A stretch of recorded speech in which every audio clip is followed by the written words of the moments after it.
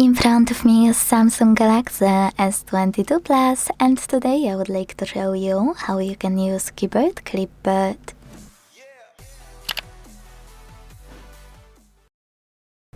Begin by launching your keyboard, and then to use Clipboard, copy or cut any text.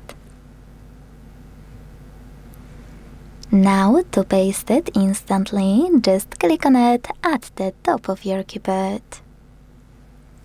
To paste it later on, select Clipboard icon and tap on your text here.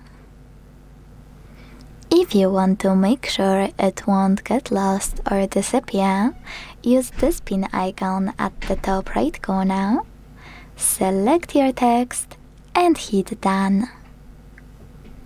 If you wanna unpin it, you need to hold it, click on this pin icon here, and wait.